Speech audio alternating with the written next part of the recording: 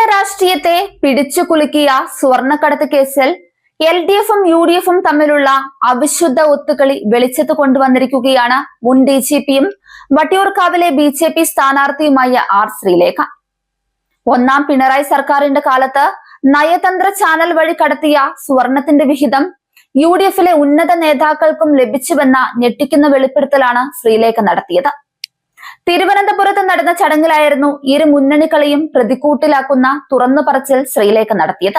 2021 UDF അധികാരത്തിൽ വരുമെന്ന് പ്രതീക്ഷിച്ചെങ്കിലും തട്ടിപ്പുകൾ തുടരാൻ LDFിന് തന്നെ ഭരണം ലഭിക്കണമെന്ന് ആഗ്രഹിച്ച UDF നേതാക്കൾ പണം വാങ്ങി ഒത്തുകളിക്കുകയായിരുന്നുവെന്നാണ് ശ്രീലേഖ ആരോപിക്കുന്നത്. 2017 UAE കോൺസുലേറ്റ് വഴി 5000 പേർക്ക് വിസയും ജോലിയും വാഗ്ദാനം ചെയ്തെങ്കിലും ഒരാൾക്ക് പോലും അത് ലഭിച്ചില്ല. ഈ സംവിധാനം സ്വർണ്ണക്കടത്തിന് മാത്രമാണ് ഉപയോഗിച്ചത്. ഈന്തപ്പഴത്തിന്റെയും ഖുറാന്റെയും മറവിൽ നടന്ന സ്വർണ്ണക്കടത്തിന്റെ ലാഭം UDFിനും ലഭിച്ചതിനാലാണ് കോൺസുലേറ്റ് അടച്ചുപൂട്ടാൻ അവർ ആവശ്യപ്പെടാതിരുന്നതെന്നും ഒടുവിൽ കേന്ദ്ര ഗവൺമെന്റാണ് ഇതിൽ ഇടപെട്ടതെന്നും ശ്രീലേഖ ഓർമ്മിപ്പിക്കുകയാണ്.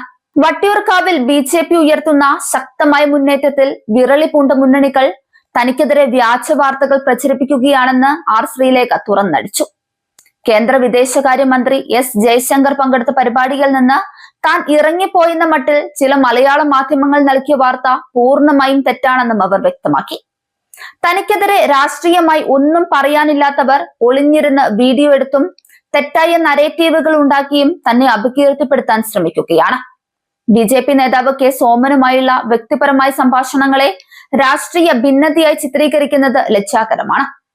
പാർട്ടിക്കുള്ളിലെ കാര്യങ്ങൾ പാർട്ടിയെയാണ് അറിയിക്കുകയെന്നും മാധ്യമങ്ങളുടെ ഇത്തരം തറവേലകൾ വട്ടിയൂർക്കാവിലെ ജനങ്ങൾ തിരിച്ചറിയുമെന്നുമാണ് ശ്രീലേഖ പറയുന്നത്.